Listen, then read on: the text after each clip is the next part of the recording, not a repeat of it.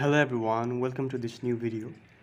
आज चाहिँ म यस भिडियोमा हजुरहरूलाई खास कसरी पढ्ने त के गरेर पढेपछि हाम्रो पढाइ उपयोगी हुन्छ, गुणस्तरीय हुन्छ भन्ने विषयमा म जानकारी दिन गइरहेको छु।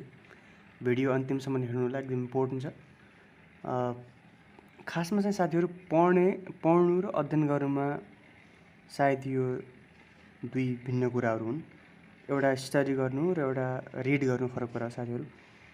पढ्नु भनेको चाहिँ बसेर किताब समातेको छ, पढाइ छ, त्यसबाट नलेज अथवा त्यसबाट इन्फर्मेसन ज्ञान केही पनि लिएको छैन, सिर्फ आँखा मात्रै दौडाएको छ किताबमा, त्यसरी पान्ना मात्रै फर्काइरहेको छ। त्यसरी चाहिँ कुनै अस्तित्व रहँदैन।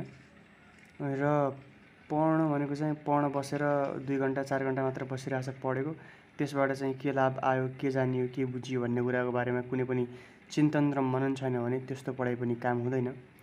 र पढ्नलाई चाहिँ कसरी व्यवहारिक, कसरी चाहिँ व्यवस्थित बनाउने भन्ने विषयमा आज म केही भन्न गइरहेको छु। हजुरहरूले भिडियो अन्तिमसम्म हेर्नुहोला। च्यानलमा नयाँ हुनुहुन्छ भनेपछि च्यानललाई सब्सक्राइब गरेर जोडिन सक्नुहुनेछ। र म आज चाहिँ ढिलो नगरिकन विषयवस्तुतर्फ जान चाहन्छु। विषयवस्तु ध्यानले हेर्नुहोला साथीहरू।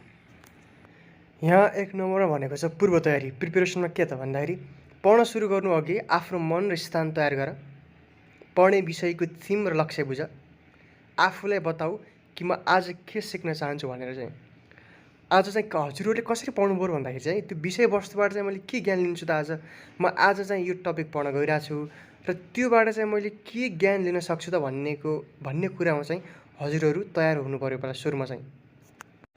2 नम्बरमा छ सक्रिय पढाइ, एक्टिभ लर्निङ।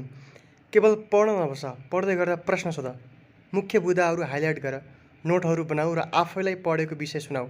सोच्न प्रयास गर, यो जानकारी किन महत्त्वपूर्ण छ भनेर सोच्न कोसिस गर। एक्टिभ लर्निङ हुन्छ साथीहरू। लर्निङ 2 किसिमको हुन्छ, प्यासिभ लर्निङ र एक्टिभ लर्निङ। एक्टिभ लर्निङ गर्दाखेरि चाहिँ त्यो पढिसकेपछि आफ्नो दिमागमा कुराहरू खेलाऊ, के भन्न खोजेको छ सरर बुझ। सिर्फ नोट हेरेर मात्रै नपढ। नोट हेऱ्यो भने तिम्रो आँखाले त्यहाँ हेर्छ होइन, आँखाले चाहिँ छल्दिन्छ दिमागले। आँखाले देख्छ या यो पनि जाने जस्तो लाग्छ, त्यो पनि जाने जस्तो लाग्छ, तर त्यो बन्द गर्ने बित्तिकै चाहिँ त्यो आउँदैन दिमागमा। त्यसैले गर्दाखेरि चाहिँ सुरुमा पढ, त्यसपछि त्यो कापी बन्द गर या नोट बन्द गर, किताब बन्द गर र त्यसमा के थियो भनेर चाहिँ एक्टिभली दिमाग लगाएर चाहिँ आँखा चिम्म गरेर सम्झन प्रयास गर।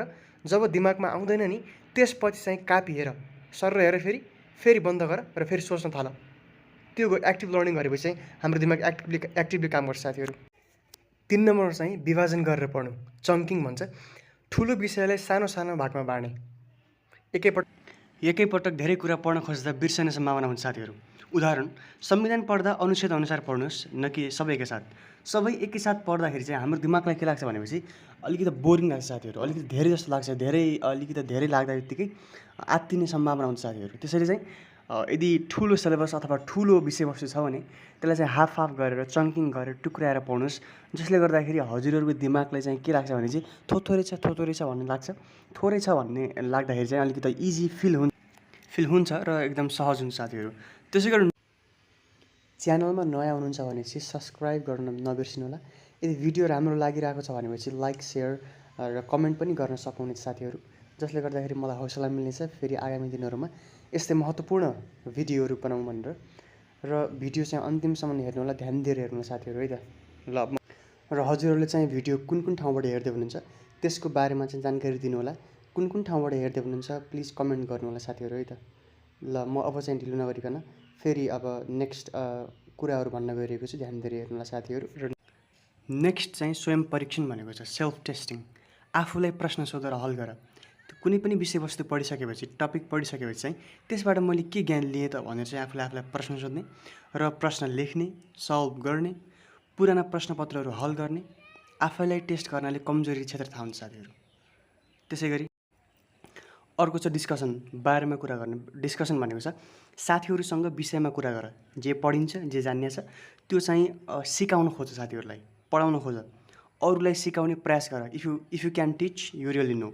यदि हजुरले कसैलाई पढाउन सक्नुहुन्छ, यदि हजुरले चाहिँ त्यो विषयवस्तुबारे अरूलाई जानकारी दिन सक्नुहुन्छ भनेपछि तपाईँले त्यो विषयवस्तु एकदम राम्रोसँग बुझेको पाइन्छ साथीहरू। छलफलले कुरा अझ स्पष्ट हुन्छ। त्यसैले अरूलाई पनि बुझाउन खोज्ने जस्तो पढाएको कुराहरू चाहिँ, जसले गर्दाखेरि हजुरहरूको मेमोरीमा पनि लास्टिङ बस्छ, लङ लास्टिङ त्यो इन्फर्मेसन रहन्छ साथीहरू। यो एकदम राम्रो टिप्स रहेको छ। नेक्स्टमा सम्बन्धित अभ्यास एप्लिकेसन गर्नु पऱ्यो। पढेको कुरा जीवनमा कसरी लागु हुन्छ भन्ने सोच्नु पऱ्यो। नोट, निबन्ध वा छोटो प्रस्तुति बनाउने, लेखेर बुझाइ गहिरो बनाउँछ साथीहरू। त्यसै गरी जे विषयवस्तु पढिन्छ, जुन टपिक पढिन्छ, जुन कुरा पढिन्छ, त्यो चाहिँ आफ्नो जीवनमा कसरी रिलेटेड छ भन्ने कुराको बारेमा विचार गर्न सकियो भने त्यो अझ एकदम त्यो लाभदायक हुन्छ, एकदम राम्रोसँग चाहिँ त्यो मेमोराइज्ड हुन्छ भनौँ। पढेको कुरा चाहिँ जीवनमा कसरी लागु हुन्छ भन्ने कुरा बुझ्नु पऱ्यो। त्यसै गरी नेक्स्टमा चाहिँ ब्रेक लिने तरिका, टेकिङ ब्रेक्स भनेको छ 45-50 मिनट पढेर 10-15 मिनट ब्रेक लिनुपर्छ साथीहरू। ब्रेकमा हल्का ताजा हावा लिनु वा हल्का व्यायाम गर्नु हो राम्रो हो, कि म्युजिक सुन्नु राम्रो हो। लगातार पढ्दा पनि दिमाग बोर हुन्छ, थाक्छ साथीहरू, त्यसैले चाहिँ ब्रेक लिनु इम्पोर्टेन्ट छ। त्यसपछि चाहिँ फेरि पढ्न सुरु गर्ने साथीहरू। Break is important while studying है। अर्को छ सकारात्मक सोच, पोजिटिभ माइन्डसेट हुनु पऱ्यो। आफूप्रति विश्वास राख। असफलता भइहाल्यो भने निराश नहुनु, फेरि प्रयास गर्नु। दैनिक सानो प्रगति देख्दा खुसी हुन सिक। सानो प्रगतिले गर्दाखेरि चाहिँ ठुलो प्रगति हासिल गर्छ साथीहरू। आफ्नो विचार, आफ्नो सोचलाई चाहिँ एकदम पोजिटिभ गराउनु जरुरी छ साथीहरू। त्यसै गरी चाहिँ स्वास्थ्य र मस्तिष्कको ख्याल राख्नु पऱ्यो। ब्रेन एन्ड हेल्थ केयर भनेको छ। राम्रो निन्द्रा साथीहरू, 7-8 घन्टा आवश्यक छ साथीहरू सुत्नुको लागि, दिमागको लागि।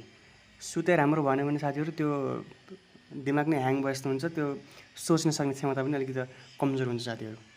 पानी धेरै पिउनु पऱ्यो। दिमाग चलाउन स्वस्थ खाना खानु पऱ्यो, राम्रो ताजा एकदम सफा खानु पऱ्यो। तनाव कम गर्न योगा, ध्यान वा श्वास प्रश्वास अभ्यास गर्नु पऱ्यो।